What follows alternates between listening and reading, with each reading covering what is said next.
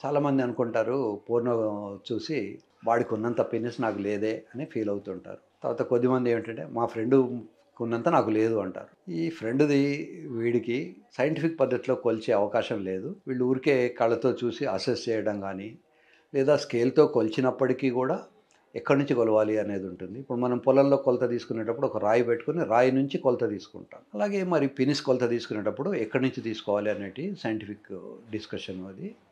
కనుక ముందు చిన్నగా ఉన్నది అనే భావన తగ్గించుకోవాలి. ఇప్పుడు మన గుమ్మడికాయకి గుమ్మడికాయలే వస్తాయి. పొట్లకాయ చెట్టుకు పొట్లకాయలే వస్తాయి. తాతగారు ఎలా ఉంటే తండ్రి ఎలా వస్తాడు. తండ్రి ఎలా ఉంటే కొడుకు అలా వస్తాడు. కొడుకు ఎలా ఉంటే కొడుకు ఉండే మనవడు కూడా కొడుకు పుట్టే కొడుకు మనవడు కూడా అలాగే వస్తుంది. సో వాడి సైజులు కూడా అలాగనే ఉంటాయి. యూజువల్‌గా జనరల్‌గా హైట్ ఎక్కువ ఉన్నప్పుడు పెనిస్ లెంత్ కూడా ఎక్కువ ఉంటుంది. అమితాబ్ బచ్చన్ అంత ఎత్తు ఉంటే యూజువల్‌గా పెనిస్ పొడవు కూడా ఎక్కువనే ఉంటుంది. ముందు హైట్ తక్కువ అనే భావన నుంచి బయటపడాలి. ప్రపంచం మొత్తంలో అందరికన్నా పొడవైంది ఆఫ్రికన్స్‌కి ఉంటుంది. అందరికన్నా పొట్టిది శ్రీలంకలో ఉంటుంది. శ్రీలంక వాళ్ళు ఎంజాయ్ చేస్తారు. ఆఫ్రికన్ వాళ్ళు ఎంజాయ్ చేస్తారు. శ్రీలంకలో పిల్లలు పుడుతున్నారు. ఆఫ్రికాలో కూడా పుడతారు. పొడవు ఉంటేనే పిల్లలు పుడతారనుకోవడం, పొడవు ఉంటేనే పిల్లలు సెక్స్‌లో ఎంజాయ్ చేస్తారనుకోవడము భ్రమ మాత్రమే. అమ్మాయిలకు జననాంగాలు డెవలప్ అయ్యేటప్పుడు 2 పోర్షన్స్ జాయిన్ అయితాయి. ఒకటి సొమాటిక్, రెండోది ఆటోనామిక్. ఈ బయట మనకు కనిపించే 2, 3 సెంటీమీటర్లు మాత్రమే సొమాటిక్ ఇన్నర్వేషన్ ఉంటుంది. దానికి టచ్ సెన్సేషను వగైరా ఉంటాయి. అదే 3 సెంటీమీటర్స్ దాటిన తర్వాత దానికి autonomic sensation only pressure sensation మాత్రమే ఉంటుంది. టచ్ సెన్సేషన్ ఉండదు. కనుక మినిమమ్ 3 సెంటీమీటర్ల లెంత్ ఉంటే సరిపోతుంది. 99.99% అందరికీ 3 సెంటీమీటర్లు ఉంటుంది. శృంగారం చేసేటప్పుడు ఇది ఇంకో 2 సెంటీమీటర్లు గెయిన్ అయ్యి 5 సెంటీమీటర్లు అవుతుంది. ఇన్ జనరల్‌గా తెలుగు రాష్ట్రాల్లో అందరికీ కూడా 8-9 సెంటీమీటర్స్ లెంత్ ఉంటుంది. ఈ 9 ఉన్నది కాస్త 11 అవుతుంది. కనుక లెంత్ డెఫిషియన్సీ అనేది very very very rare thing. అప్పటికి లెంత్ పెంచుకోవాలని అనుకుంటే మందులతో పెరగదు. మందులతో వచ్చే పెరుగుదల ఆ గంటో 2 గంటలో ఉంటుంది. ఆ మందు ఎఫెక్ట్ పోగానే మళ్ళీ చిన్నగా అయిపోతుంటుంది. ఇప్పుడు మనం జిమ్‌కెళ్ళి ఎక్సర్సైజ్ చేస్తే ఓ 1000 సార్లు గనుక మనం డంబెల్స్ ఇలా ఇలా అంటే మనకి ఇక్కడ బైసెప్సో, ట్రైసెప్సో కనబడతాయి. కానీ 1000 సార్లు సెక్స్ చేసినా పెనిస్ లెంత్ అంతే ఉంటుంది. ఎందుకంటే అక్కడ మజిల్ లేదు. అక్కడ సైనసాయిడ్స్ అనే ఒక రకమైనటువంటి స్పెషల్ స్పాంజ్ లాంటి మెటీరియల్ ఉంటుంది. ఈ సైనసాయిడ్స్ ఆర్ నథింగ్ బట్ రక్తనాళాలు ఇవి.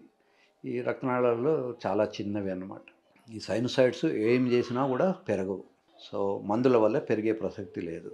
మసాజ్ చేస్తే పెరుగుతుందా? పెరగదు. మసాజ్ చేసినా పెరగదు, టాబ్లెట్ మింగినా పెరగదు, ఇంజెక్షన్లు ఇచ్చినా పెరగదు. మరి ఏం చేస్తే పెరుగుతుంది? సర్జరీ చేస్తే తప్ప పెరగదు. కొద్దిమందికి హార్మోనల్ డెఫిషియన్సీతో అంగం అసలే పెరగకుండా ఉంటుంది. వాళ్లకు జీవితంలో ఒకసారి మనం హార్మోన్ ఇంజెక్షన్ ఇస్తే పెరుగుతుంది. అలా అని చెప్పి టెస్టోస్టెరాన్ ఇంజెక్షన్ ప్రతి వారము, ప్రతి నెల ఇస్తే అది పెరగదు. లైఫ్‌లో ఒకసారి దానికి రెస్పాండ్ అవుతుంది. సో 13, 14 ఏళ్ల వయసులో సామాన్యంగా మగపిల్లలందరికీ అంగం పెరుగుతుంది. కొద్దిమందికి కొన్ని లోపాల వల్ల గానీ, అంతకుముందు ఏమైనా సర్జరీస్ చేసినప్పుడు బాల్స్ తీసేయడం వల్ల గానీ, ఇంకేమైనా కండిషన్స్ ఉంటే అది పెరగకపోతే లేదా హార్మోన్ డెఫిషియన్సీ ఉంటే మనం ఒకసారి హార్మోన్ ఇంజెక్షన్ ఇస్తే ఒకసారి పెరుగుతుంది. సో అంగాన్ని పెంచుకోవడానికి ఎలా అంటే ఏదైనా వాడకపోతే ముడుచుకుపోతూ ఉంటుంది. ఒక డోర్ మనం 3 నెలలు వాడకపోతే అది టైట్‌గా ఉంటుంది. సో స్నానం చేసేప్పుడు ఒక 10 నిమిషాలు స్నానానికి ముందు దాన్ని లాగి పట్టుకొని వదిలేసడం అలవాటు చేసుకోవాలి. రోజు లాగుతూ ఉంటే అది కనీసం ముడుచుకుపోకుండా లోపలికి వెళ్ళిపోకుండా ఉంటుంది. కొద్దిమందికి బరీడ్ పెనిస్ అంటాం. పెనిస్ లోపలికి వెళ్ళిపోతుంది. అసలు చూస్తే కనబడదు. ఒక చిన్న రంధ్రం మాత్రం ఉంటుంది. ఒక డౌట్ వస్తుంది ఈయన మూత్రం ఎలా చేస్తున్నాడు అని. సో బాగా కొవ్వు పట్టిపోయి కొవ్వు ఎక్కువ నిండి ఈ లేదా ఫైలేరియాసిస్ అనే ఒక వ్యాధి ఉండి హైడ్రోసీల్ అనేవి పెద్ద అయినప్పుడు ఈ పెనిస్ అంతా బరీ అయిపోతుంది. ఈ బరీడ్ పెనిస్ను బయటకు తీసుకొచ్చేందుకు సర్జరీస్ వగైరా ఉంటాయి. సో పెనిస్ బరీ కాకుండా చూసుకోవాలి. రోజు దాన్ని ట్రాక్షన్ బయటికి చేత్తో లాగి చూసుకోవాలి.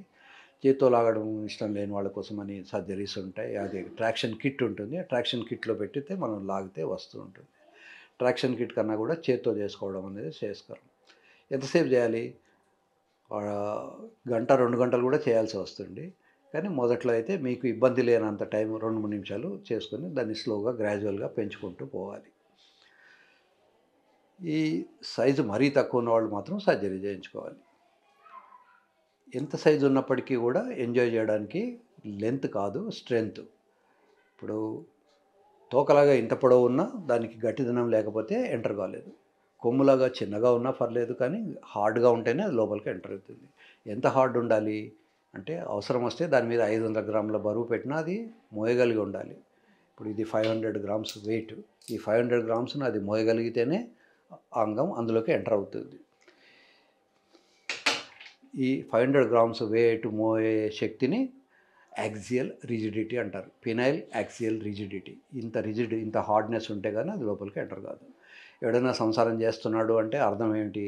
ఈ 500 గ్రాములు మోసేంత శక్తి ఉన్నట్టే లెక్క. సో ఇండైరెక్ట్గా మనం దాన్ని ఇన్ఫర్ చేసుకోవచ్చు. లెంత్ తక్కువ ఉన్నదని కొద్దిమంది మూత్రం చేయడానికి కూడా సిగ్గుపడుతుంటారు. జనరల్గా అందరూ మూత్రం చేసే ప్లేస్లోకి వెళ్లకుండా, లేదా ఇటుపక్క అటుపక్క చూసి ఎవరు చూస్తలేరు కదా అని. నిజానికి ఒకడు మూత్రం చేస్తే ఇంకోటి వంగి చూసినా మనకేం కనపడదు. కానీ వీళ్ళకు సైకలాజికల్గా ఫీలింగ్ తోటి ఎవరైనా చూస్తారేమో, నాకు చిన్నగా ఉందేమో అనే భావనతోటే వాళ్ళు సఫర్ అవుతుంటారు. కనుక వీళ్ళు దగ్గరలో ఉన్న డాక్టర్ దగ్గరికి వెళ్ళి ఓపెన్గా డిస్కస్ చేసుకొని చేయొచ్చు. లెంథనింగ్ సర్జరీస్ ఉన్నాయి. Lengthening surgeries are day care surgeries. అదే రోజు ఇంటికి వెళ్ళిపోవచ్చు సర్జరీ అయిన తర్వాత. ఈ లెంథనింగ్ సర్జరీస్ వల్ల విపరీతంగా పెంచలేము.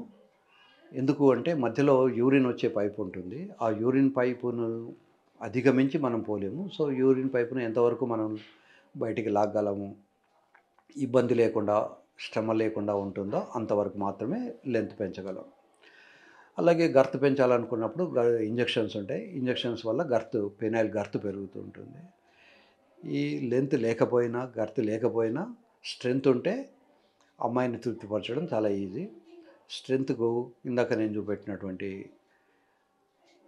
జనరల్ స్టామినా పెంచుకునే పద్ధతులు, ట్యాబ్లెట్స్, వయాగ్రా లాంటి ట్యాబ్లెట్స్ పనిచేయని వాళ్ళకు ఆపరేషను, ఫినైల్ ఇంప్లాంట్ సర్జరీ ఇలా రకరకాలైనటువంటి అవసరాలు ఉంటాయి. ఎవరికి ఎలాంటిది అవసరం అనుకుంటే దాన్ని తీసుకొని చేయొచ్చు.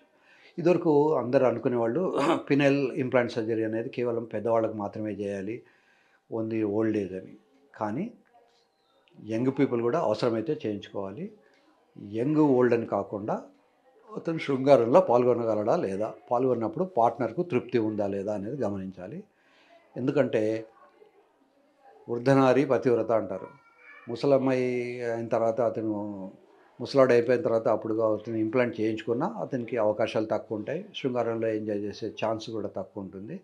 కనుక ఎవరైతే ఫ్రీక్వెంట్గా శృంగారంలో పాల్గొంటారో, ఎవరికైతే ట్యాబ్లెట్స్ వేసుకున్నా శృంగారంలో పాల్గొనే శక్తి లేదో, లేదా ట్యాబ్లెట్స్ వల్ల విపరీతమైన తలనొప్పి రావడము, సంసారం చేయలేని పరిస్థితి, లేదా నెక్స్ట్ డే అసలు తన ఉద్యోగాన్ని కూడా చేయలేని పరిస్థితి, అట్లా ఉన్నవాళ్ళు సర్జరీ చేయించుకోవచ్చు. Irrespective of the age.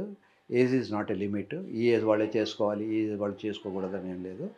మొత్తానికి సర్జరీని ముందు అవాయిడ్ చేయడానికి ట్యాబ్లెట్స్ వాడుకోవాలి. ట్యాబ్లెట్స్ వాడని వాళ్ళకి మాత్రం సర్జరీకి భయానికి పోవద్దు. సర్జరీ చేయించుకుంటే ఇన్ఫెక్ట్ అవుతుంది అని అనుకోవాల్సిన పని లేదు. రైల్లో ప్రయాణం చేసినట్టు ప్రతి రైలుకు యాక్సిడెంట్ కాదు, కానీ అప్పుడప్పుడు ఏదో రైలుకు యాక్సిడెంట్ కావచ్చు. కనుక ఇంప్లాంట్ సర్జరీ చేయించుకున్న ప్రతి వ్యక్తి, ఈవెన్ డయాబెటీస్ ఉన్నా, ఆల్రెడీ కార్డియాక్ స్టెంట్ పడినా, లేదా ఆల్రెడీ బైపాస్ సర్జరీ అయినా, వాళ్ళు ఫినైల్ ఇంప్లాంట్ సర్జరీ చేయడం వల్ల పెద్ద నష్టం ఏమీ లేదు. వాళ్ళు చేయించుకోవచ్చు.